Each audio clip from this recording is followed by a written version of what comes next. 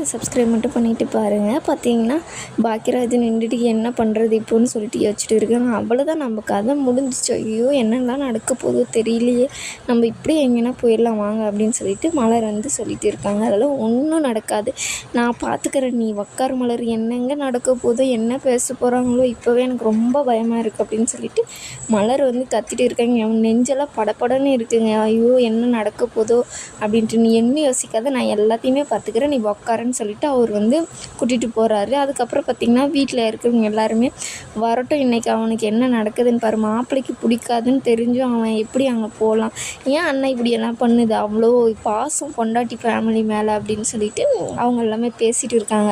இன்னொரு பக்கம் பார்த்திங்கன்னா மதியம் விடாமல் மலருக்கு வந்து ஃபோன் பண்ணிகிட்டே இருக்காங்க. ஆனால் அவங்க ஃபோன் போவே இல்லை. அதுக்கப்புறம் அவங்களும் வீட்டுக்கு எல்லாமே வந்துடுறாங்க. வந்தோடனே பார்த்திங்கன்னா நம்ம இப்படியே எங்கேயாச்சும் ஓடி போயிடலாமா வாங்க அப்படின்றாங்க. இந்த விஷயத்துக்கெல்லாம் எதுக்கு மலர் இவ்வளோ யோசிக்கிற, எல்லாத்தையும் நான் பார்த்துக்கிறேன், நீ வா அப்படின்னு சொல்லிட்டு அவர் வந்து உள்ளே கூட்டிகிட்டு போகிறாரு. அவங்க எல்லாருமே பார்த்திங்கன்னா முறைக்கிறாங்க. வந்தோடனே பார்த்திங்கன்னா எப்படி இருந்துச்சு பொண்ணு அப்படின்னு சொல்லிட்டு, பொண்ணெல்லாம் நல்லா தான் இருந்துச்சு, நல்ல பொண்ணு தான் அப்படின்னு சொல்லிட்டு அவங்க மாமியார் விசாரிக்கிறாங்க. மலர் வந்து பதில் சொல்கிறாங்க.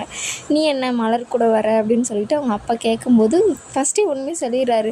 நான் இந்த மாதிரி பொண்ணு பார்க்க தான் போனேன் அப்படின்னு சொல்லிட்டு உண்மையை வந்து சொன்ன பின்னாடி அவருக்கு என்ன பேசுகிறதுனே தெரியல.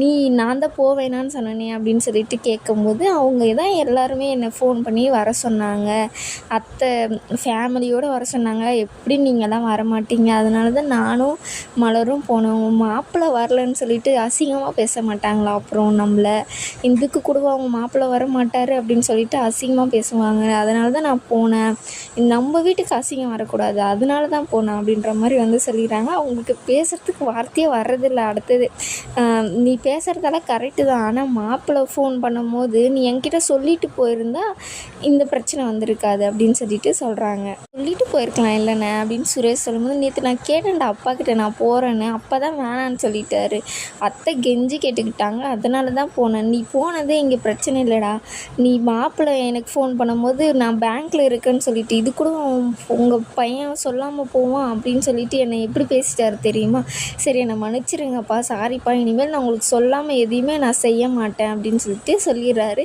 சரி நீங்கள் உள்ளே போங்க அப்படின்னு சொல்லிட்டு சொன்னோடனே மலரும் பின்னாடியே போயிடுறாங்க. அப்பா தப்பிச்சோம் அப்படின்னு சொல்லிட்டு பாக்கியராஜை வந்து பெரிய மூச்சு விடுவாங்க. நான் கூட பெரிய பிரச்சனை, 1 மணி நேரத்துக்கு நம்மளுக்கு கேள்வி கேட்கும், விசாரணை போகும்னு நினச்சேங்க, பரவாயில்ல நீங்கள் சூப்பராக பண்ணிட்டீங்க பாக்கியராஜ் அப்படின்னு சொல்லிட்டு மலர் வந்து சொல்கிறாங்க.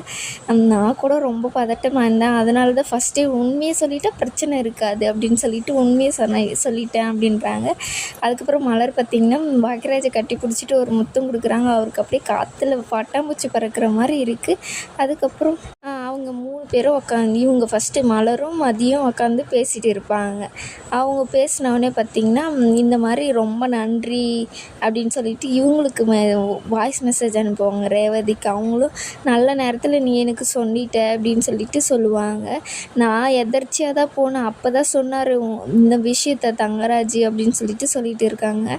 சரி அவங்க எப்படி தெரியும் அப்படின்னு சொல்லிட்டு அவர் கூட வேலை செய்கிறாங்க இல்லையா இவர் ராஜா, அவரோட தங்கச்சி தான் நீங்கள் பார்க்க போனீங்க அப்படின்னு சொல்கிறாங்க. ஆமாவா, ஃபஸ்ட்டு அவங்க எல்லாருமே பிடிச்சிருக்குன்னு சொன்னாங்க, அதுக்கப்புறமா தான் சொல்கிறோன்னு சொல்லிட்டாங்க, அவ்வளோதான், அப்புறம் இந்த கல்யாணம் நடக்கிறது வாய்ப்பே கிடையாது அப்படின்னு சொல்லிட்டு பேசிட்டு இருக்கும்போது கரெக்டாக இவங்க வந்துடுறாங்க, ஸ்ருதி வந்து வராங்க.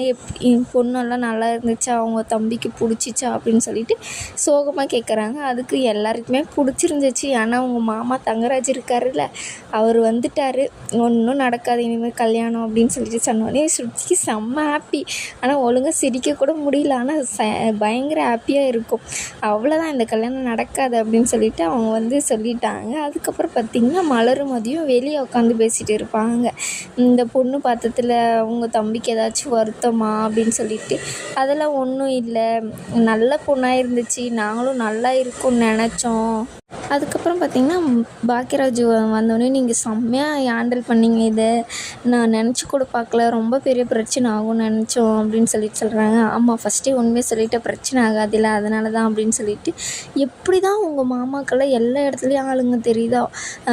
ஏன் இப்போது கார்த்தி ஏதாச்சும் வருத்தப்படுவானா இந்த பொண்ணுக்கு கல்யாணம் ஆகலை அப்படின்னு சொல்லிட்டு? அதெல்லாம் ஒன்றும் இல்லை, அம்மா தான் ரொம்ப கஷ்டப்பட்டாங்க அப்படின்னு சொல்கிறாங்க. சரி விடுங்க, அடுத்தது அம்மாவுக்கு சொல்லிட்டேன் இந்த மாதிரி தான் தங்கராஜ் உள்ளே வந்திருக்காரு அப்படின்னு சொல்லிட்டு.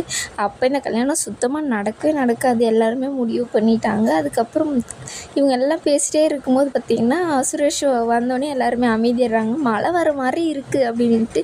நான் வர்றதுக்கு முன்னாடி நீங்கள் வேறு ஏதோ பேசிகிட்டு இருந்தீங்க, நான் வந்தோடனே வேறு ஏதோ பேசுகிறீங்க, என்ன பேசிகிட்டு இருந்தீங்க, நீங்கள் போலீஸ்காரன் தானே, கண்டுபிடிங்க அப்படின்னு சொல்லிட்டு சொல்லும்போது, என்னை பற்றி தானே பேசிகிட்டு இருந்தீங்க, நீ ராங்காக கெஸ் பண்ணிட்டடா, உன்னை பற்றி இல்லை உன் மாமா பற்றி தான் பேசிகிட்டு இருந்தோம் அப்படின்னு சொல்லிட்டு சொல்கிறாங்க. எங்கள் மாமா பற்றி என்ன பேசிகிட்டு இருந்தீங்க? ஆமாம், நாங்கள் இங்கே பேசிகிட்டு இருக்கிறது எல்லாத்தையும் போய் உங்கள் மாமா கிட்டே நீ சொல்லிட மாட்டியா அப்படின்னு சொல்லும்போது, அப்படியெல்லாம் நான் பேச மாட்டேன் நீ அப்படின்னு சொல்லிட்டு சொல்கிறாங்க. அதுக்கப்புறம் பார்த்திங்கன்னா சரி நாங்கள் உளுந்துக்கு ஊற வைக்கணும் அப்படின்னு சொல்லிட்டு மலரும் மதியம் எழுந்து போயிடுறாங்க. போனவுடனே மதியம் இவங்ககிட்ட பாக்கியராஜ்கிட்ட உட்காந்து பேசுகிறாங்க. என்னென்ன பேசிகிட்டு இருந்தீங்க அப்படின்னு சொல்லிட்டு. நாங்கள் பொண்ணு பார்க்க போனோம் இல்லையா, அவங்களுக்கு தெரிஞ்சவங்க தானா மாமாவுக்கு, அதான் இந்த கல்யாணம் நடக்காதுன்னு சொல்லிட்டு பேசிட்டு இருந்தாங்க அப்படின்னு சொல்லிட்டு சொல்கிறாங்க. இதெல்லாம் எப்படி நான் உனக்கு தெரியுது அப்படின்னு சொல்லிட்டு கேட்கும்போது, இவங்க 3 பேரும், நீ போலீஸ்காரன் தானே, உனக்கு ஒரு வேலை கொடுக்குறேன் நான், இப்போ இவங்க 3 பேரும் ஒரு குரூப் வச்சுருக்காங்க, எதுக்கு ஒரே வீட்டில் இருந்துக்கிட்டு எதுக்கு ஒரு குரூப்பு, அதில் எல்லாரை பற்றியும் பேசுகிறதுக்காக தானடா.